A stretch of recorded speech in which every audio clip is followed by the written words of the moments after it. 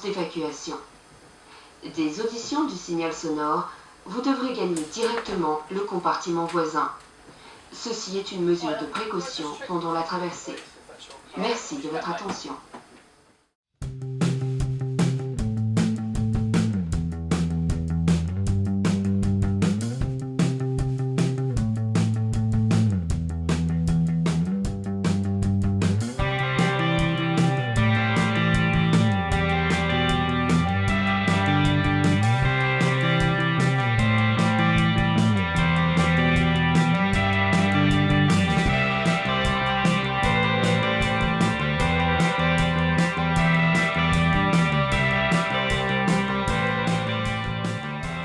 Right, welcome to another instalment of Work, Fish, Sleep, Repeat. Now I'm going to apologise for the sound quality. This is a little bit of a last minute.com. Weren't expecting doing this today, but my old mate Tom Burns had the idea whilst we were driving across on the tunnel. I'm over in Belgium with my European sales manager Matthew Bart. We've got a very important meeting regarding some new technology that we're giving out to the salesmen later on this year, early part of next year. But in the meantime, just outside the office is the very, very beautiful rowing course that is sort of part of the Ghent Canal system. Now, I have fished here once before, just a few hours, and I was lucky enough to catch an almost immaculate 20-pound common, but that was way back in, I think it was May time. Spoken to Matthew, he's put a little bit of bait out in a couple of areas this morning. I've put a little bit on top myself. It's nice to have a bit of my trusty sell out there. You know it's not going to let you down. We're going to see what the day brings. Now, we've got to go back in, as I said, for a meeting first of all that's going to take up most of the day. But you can be sure that we're going to get back out here as quick as possible. Me and my old mate Tom Burns are going to come down. We've got the canal. Is sort of, this bit's man-made. It's where they practice for the rowing, but connected all over the place is where the canal system all joins up, and it's those little inlets where the carp have got to use at some point. So that's why we've baited them up. We're taking one side each, 2 rods each in the area. Matthew has assured us that we'll catch. Now he's, you know, he knows the place a lot better than us, local knowledge and all that. So we'll let you know.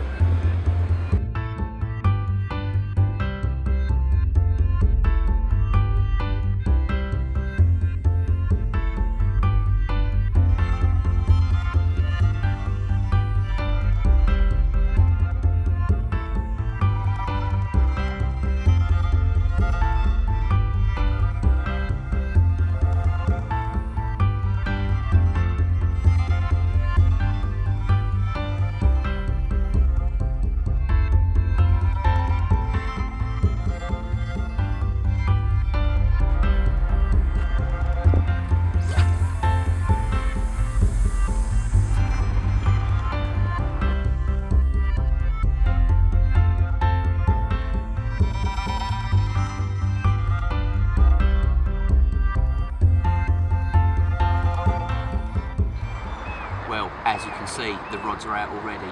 Normally I'd have told you a little bit about what we're doing, but the meeting went on a bit longer than planned, and we've just raced around to get the rods out as quickly as possible. So a little line in, so the line pickup. Really, really exciting stuff. It's in the, like I say, this is in the middle again, middle of Belgium. It's a bit like fishing a park lake back home. There's joggers running past, cyclists. We've got canoeists going up and down.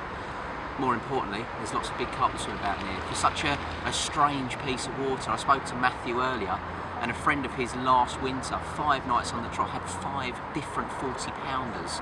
You wouldn't believe it. I've only had the one fish out of here in the past from one very, very short session, and I don't for a minute expect to catch a 40-pounder, but Matthew's filled me and Tom both, we're full of confidence. We really do expect a bite, and that can sometimes be dangerous. But the rigs are in position, solid rigs that will catch anywhere, be it over in Belgium or back home in England.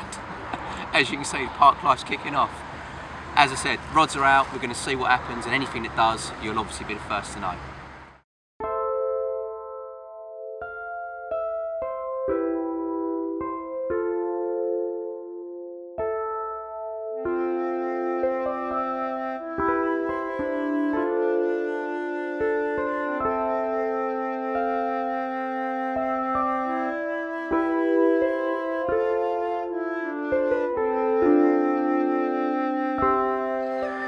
Well, unfortunately, it doesn't look like it's meant to be. We've got to get ourselves all packed away and get back into the office for another day of meetings before we go back home to England. A few interesting things happened though. Once it got dark last night, we saw a guy sort of turn up on the far margin in his car. We saw him scattering boilies all along his near margin, and then we saw a bait boat come out and put a rod directly on top of Tom's bait. Not ideal, but hey ho, we're on their turf. It's what they do, so we just had to fit in around them. I had a similar bit of activity. I had a bream bite and lost that sort of halfway in. And I thought I could hear boilies going in while it was happening. I thought that's a bit strange, but when I actually looked, sort of got the old night vision going, and I actually saw there was a guy baiting up on top of where I was fishing. Again, one of them things, unfortunately. I'm quite a long way from the spot. It's clearly an area that the local anglers favour for the reason I said last night. It's an intersection. Carp have got to pass it. But like I say, I don't think their baiting or even the bait boat coming out is what stopped us catching. I honestly don't believe that the carp came through. They've got a choice. There's miles and miles of canal section, and they come through when they want to. But interestingly, I really like the fact that the guy was baiting up. It just shows you this time of year, we're middle of November now, it's starting to get quite cold, but they're still keen to keep the bait trickling in. And that sort of thing can help, certainly helps my fish, and it can definitely help yours. Don't give up just because there's less daylight hours. It's just as rewarding going out after work now, even setting up in the dark. If you've got some areas that you've been baiting, the carp will be feeding there. So get yourselves down the lake, get some bait going in when you're not fishing. Doesn't take long normally, pick the venue, pick the right venue, and you too can do exactly the same. You can turn up in the dark, flick your rods on the spot. You might have to be gone early, but you've got every chance of getting a bite, and you know, you're creating that yourself. Just because it's getting a bit cold, don't give up.